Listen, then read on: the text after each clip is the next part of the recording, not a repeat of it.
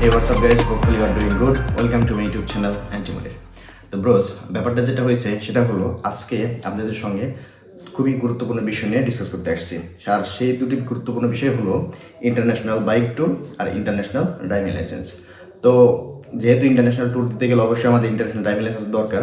So তার আগে ছোট্ট একটা কথা, সেটা হলো যেহেতু আপনারা এই চ্যানেলের ভিডিওগুলো দেখতেছেন, তার মানে অবশ্যই আপনাদের এই চ্যানেলের প্রতি সামান্য পরিমাণে হলেও সফট কর্নার আছে।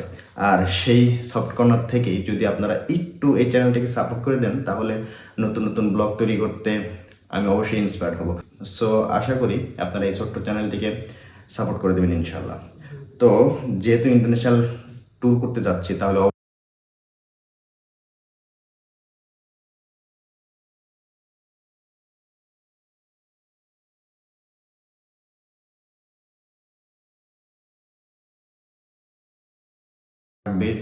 ইন্টারন্যাশনাল ড্রাইভিং লাইসেন্স করতে সেগুলো অবশ্যই আপনাদের সঙ্গে শেয়ার করব। তো চলেন আগে এই পেপারসগুলো জমা দিয়ে আসি, কারণ হয়েছে শুভ কাজে দেরি করতে নেই। আজকে আমরা যাচ্ছি সেই মহৎ কাজের উদ্দেশ্যে। তো আজকে যাচ্ছি আমি ইন্টারন্যাশনাল ড্রাইভিং লাইসেন্সের পেপারসগুলো জমা দিতে। ঢাকা শহর পছন্দ না করার পিছনে অন্যতম মেন কারণে হচ্ছে এই ট্রাফিক জ্যামগুলো। ওফ ভাই রে ভাই, ঢাকা শহরে বসবাস করা মানে একটা অন্য লেভেলের যান্ত্রিক লাইফ লিড করা। ওই যে মেট্রো রেল, ওয়াও বাহ, মনেই ছিল না যে মেট্রো রেল তো চালু হয়ে গেছে। আরে বাহ, বেশ লাগছে কিন্তু।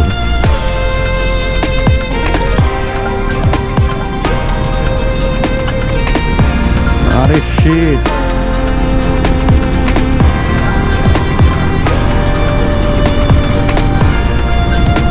জ্যাম না থাকলে ওয়াও কত সুন্দর লাগতেছে ভাই, ফ্যান্টাস্টিক।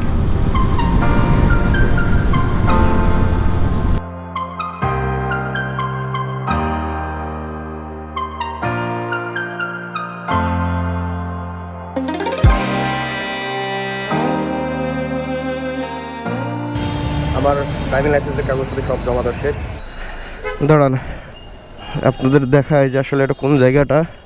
এটা হচ্ছে আগোরা যেই শপিং কমপ্লেক্স আছে তার পিছনে, তার অপোজিট সাইডে এখানে লেখা আছে অটোমোবাইল অ্যাসোসিয়েশন অফ বাংলাদেশ, ছোট্ট করে মগবাজার ব্রাঞ্চ। আর এখন আমরা যাচ্ছি গুলশান 2-তে। গুলশান 2-তে আমার একটা ফ্রেন্ড আছে, তো বললো যখন মগবাজার আসছিস আমার বাসার কাছেই, আর যদি না দেখা করে যাস তাহলে তো হইলো না ব্যাপারটা। তো সেই জন্য মূলত মগবাজার থেকে আবার যাচ্ছি গুলশান।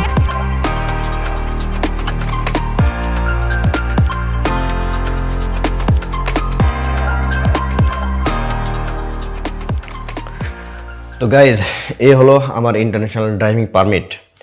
আর এই ড্রাইভিং পারমিটে এখানে আছে আপনার একটা বইতে আপনার যাবতীয় ইনফরমেশন আছে, আর আপনি কোন কোন দেশে আপনি আপনার বাইকটি রাইড করতে পারবেন তার একটা লিস্ট এখানে আছে। মোটামুটি প্রায় সবগুলো দেশে, কয়েকটা হয়তো বাকি আছে 2-3টা, বাট সবগুলো দেশে। তার মধ্যে মালদ্বীপ নাই, কারণ মালদ্বীপে তো বাইক রাইড করার মতোই তেমন জায়গা নেই।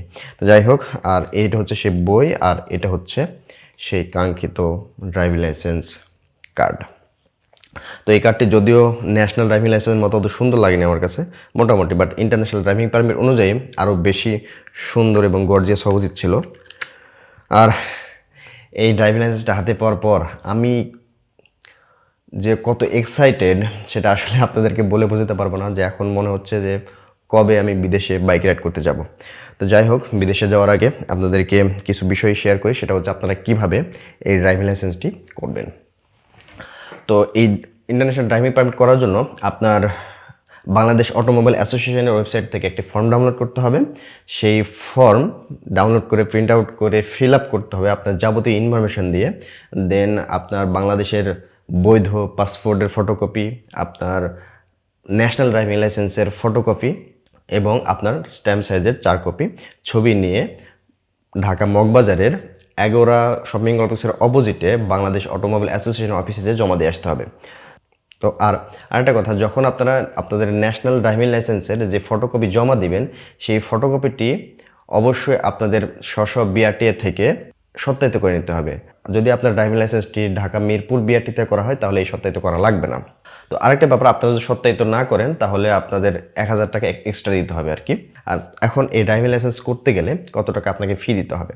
12 দিনের মধ্যে যদি আপনারা ড্রাইভিং লাইসেন্সটি পেতে চান তাহলে আপনাদের জমা দিতে হবে 2500 টাকা। আর যদি 5 দিনের মধ্যে নিতে চান তাহলে আপনাদের জমা দিতে হবে 3500 টাকা। আর আরেকটা ব্যাপার, সেটা হলো অনেকেই দেখলাম যে ওখানে মানে ড্রাইভিং লাইসেন্সের লার্নার্স নিয়েই ওখানে ইন্টারন্যাশনাল ড্রাইভিং পারমিট করতে গেছেন। তো এটা কখনোই হবে না, কারণ হচ্ছে আপনার লার্নার্স কখনোই আপনার ড্রাইভিং লাইসেন্স নয়। লার্নার্স মানে হচ্ছে আপনি যে ড্রাইভিং লাইসেন্স করতে দিচ্ছেন তার একটা ডকুমেন্ট। সো আপনি ফিঙ্গারপ্রিন্ট দেওয়ার পরে যেতে পারবেন আপনার ইন্টারন্যাশনাল ড্রাইভিং লাইসেন্স করতে, কারণ ফিঙ্গারপ্রিন্ট দেওয়ার আগে আপনার ড্রাইভিং লাইসেন্স নাম্বারই হবে না। আর এখানে একটা অপশন আছে, সেখানে আপনার ড্রাইভিং লাইসেন্স নাম্বারটি আপনাকে ইনপুট করতে হবে। সো এই বিষয়টি মাথায় রাখবেন।